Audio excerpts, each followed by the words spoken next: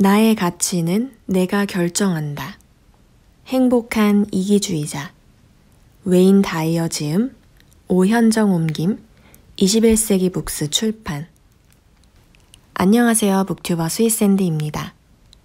오늘 제가 읽어드릴 책은 행복한 이기주의자라는 책인데요. 이 책에는 행복한 이기주의자가 되기 위한 10가지 마음가짐에 대한 이야기가 나옵니다. 그 중에서도 첫 번째 마음가짐, 먼저 나를 사랑한다. 나를 사랑하는 정도가 나의 가치를 결정한다. 이 부분에 대한 이야기를 좀 해볼까 합니다. 물론 10가지의 마음가짐이 전부 다 중요하지만 그 중에서 저는 나를 사랑하는 방법, 나를 사랑하는 것에 대해 인식하는 것 자체가 가장 기본으로 우선되어야 한다고 생각합니다. 그래서 오늘은 이 부분 먼저 읽어드리도록 할게요. 나의 가치는 다른 사람에 의해 검증될 수 없다. 내가 소중한 이유는 내가 그렇다고 믿기 때문이다. 다른 사람으로부터 나의 가치를 구하려 든다면 그것은 다른 사람의 가치가 될 뿐이다. 사회는 다른 사람들을 배려하라고 가르친다. 교회는 이웃을 사랑하라고 설교한다. 어느 누구도 자기 자신을 사랑하는 일은 안중에도 없는 듯 보인다. 하지만 진정 현재 순간들의 행복을 얻고자 한다면 자신을 사랑하는 법부터 배워야 한다. 어렸을 적에는 자신을 사랑하는 일이 매우 자연스러운 것이었다. 그러나 그 시절부터 우리는 자기 사랑이 버릇없거나 조금은 건방진 일이라고 배웠다. 자신보다 다른 사람을 우선시하고 먼저 생각해주는 법도 배웠다. 그래야 내가 좋은 사람이라는 것을 내보일 수 있으니까. 또한 자신을 꾹꾹 누르는 법을 가르쳤을 뿐 아니라 형제와 물건을 사이좋게 나눠 써라 같은 그런 가르침을 받으면서 자랐다. 그 물건이 나의 보물 1호이건 값비싼 소유물이건 중요하지 않았다. 엄마와 아빠는 다른 어른들과 다른 장난감을 공유하는 것 같지 않았지만 그건 아무래도 상관없었다. 심지어 우리는 나서지 말아라 또는 제 분수를 알아야 한다는 말도 들었다. 아이들은 본래 자신을 매우 아름답고 귀중한 사람이라 여기도록 타고났다. 하지만 사춘기에 이를 즈음 사회의 가르침이 개인의 뿌리를 내린다. 그때가 되면 자기 불신이 활개를 친다. 그리고 이는 세월이 갈수록 더욱 심해진다. 결국 자신을 사랑한다는 주장을 내세우지 않게 된다. 다른 사람들이 나를 어떻게 여기겠어? 라는 생각과 함께. 아이들은 부모나 아주 가까운 친지는 물론 학교, 교회, 친척들로부터 어른표 예의범절을 배운다. 아이들은 결코 또래들끼리는 그런 식으로 행동하는 법이 없다. 설령 그런 식으로 예의를 차린다 해도 그것은 어른들을 기쁘게 해주기 위해서다. 항상 높임말을 쓰고 인사를 하며 어른들이 들어올 때에는 자리에서 일어서고 자리를 뜰 때에는 양해를 구하며 귀엽다고 뺨을 꼬집거나 머리를 툭툭 두드려도 참아낸다. 여기에서 알 수 있는 교훈은 자명하다. 어른은 중요하고 아이는 중요하지 않다는 것이다. 다른 사람들은 중요하고 자신은 중요하지 않다는 것이다. 나 스스로를 소중하지 않거나 사랑받지 못하는 사람 취급을 하면 다른 이들에게 사랑을 베푼다는 것이 불가능해진다. 내가 가치가 없는데 어떻게 남들에게 사랑을 베풀 수 있겠는가? 그런 내 사랑이 얼마만큼의 가치가 있을까? 사랑은 주고받는 것이다. 내가 가치 없는 사람이라면 내 사랑도 별 볼 일 없을 수밖에 없다. 사랑하는 일, 그리고 사랑을 주고받는 모든 일은 사랑을 듬뿍 받은 자아와 함께 출발한다. 자신의 가치를 자신의 행동과 또는 나에 대한 다른 사람의 행동과 절대 혼동하지 말라. 예를 들면 너는 좋지 않은 행동을 했어가 아니라 너는 나쁜 아이야. 엄마는 네가 그렇게 행동하지 않았으면 좋겠어가 아니라 엄마는 네가 그렇게 행동할 때가 제일 싫어. 이런 식이다. 이런 말을 듣다 보면 엄마는 나를 좋아하지 않아. 그래도 그건 엄마 생각이야. 엄마 마음에 안 들더라도 나는 여전히 내가 중요해. 가 아니라 엄마는 나를 좋아하지 않아. 난 바보인 게 분명해.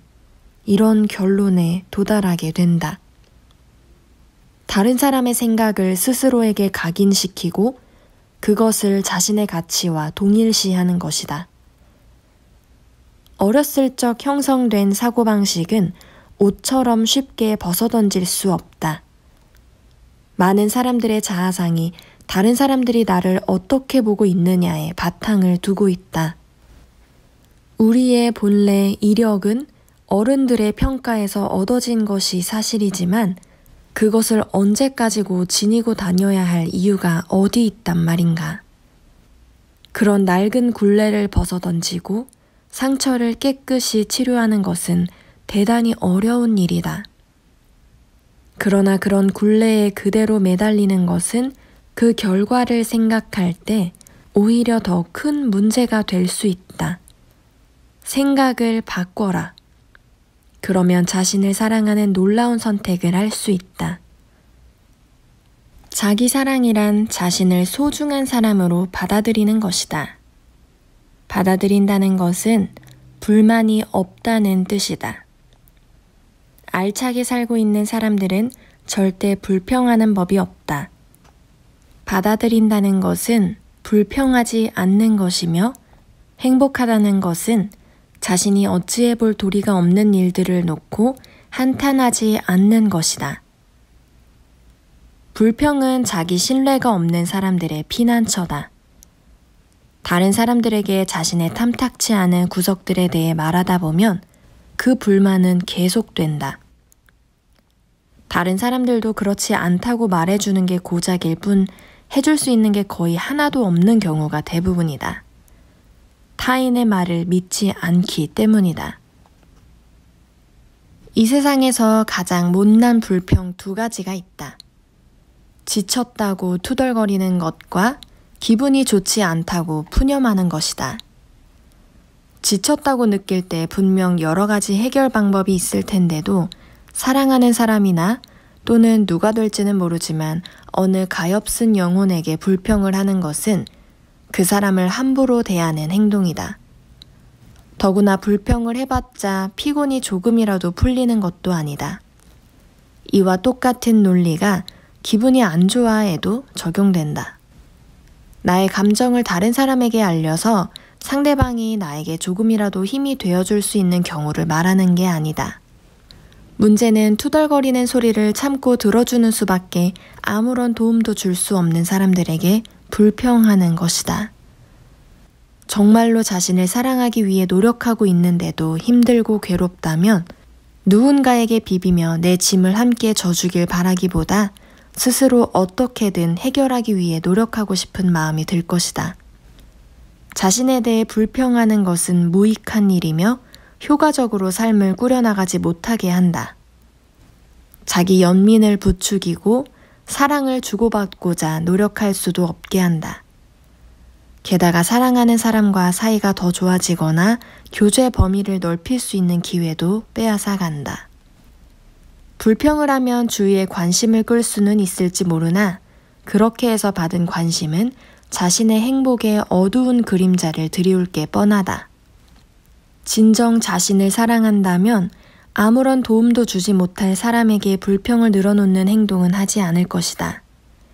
그리고 자신 또는 다른 사람에게 좋지 않은 점을 발견할 때 푸념하기보다는 그것을 고치기 위해 필요한 노력을 적극적으로 할 것이다.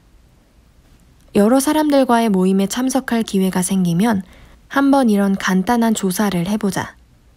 실제로 대화 가운데 어느 정도가 불평이었는가를 쭉 메모해보라. 자신부터 시작해서 다른 사람, 상황, 물가, 날씨 등의 순으로. 이제 모임이 끝나고 모두 집으로 갈 때 정리해본다.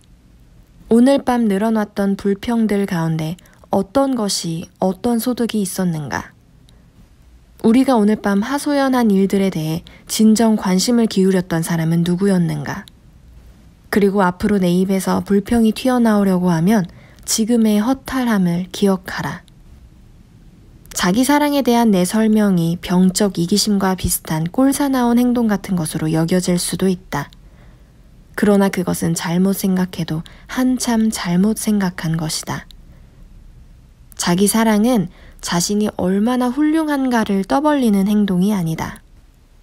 그런 행동은 허세를 부리며 다른 사람의 관심과 인정을 받기 위한 노력일 뿐이다. 또한 자기 비하로 가득 찬 사람의 행동만큼이나 히스테릭한 것이다. 자기 사랑은 스스로를 사랑하는 일이다. 그것은 다른 사람들의 사랑을 반드시 필요로 하지는 않는다. 다른 사람들의 눈치를 살필 필요도 없다. 자기 인정만으로 충분하다. 다른 사람들의 눈을 의식하지 말라. 오늘 영상은 여기까지 읽어드리고요. 다음 영상에서는 자기 자신을 사랑하는 방법에 대해서 좀 더 구체적으로 설명을 해드리겠습니다. 오늘도 영상 들어주셔서 감사합니다.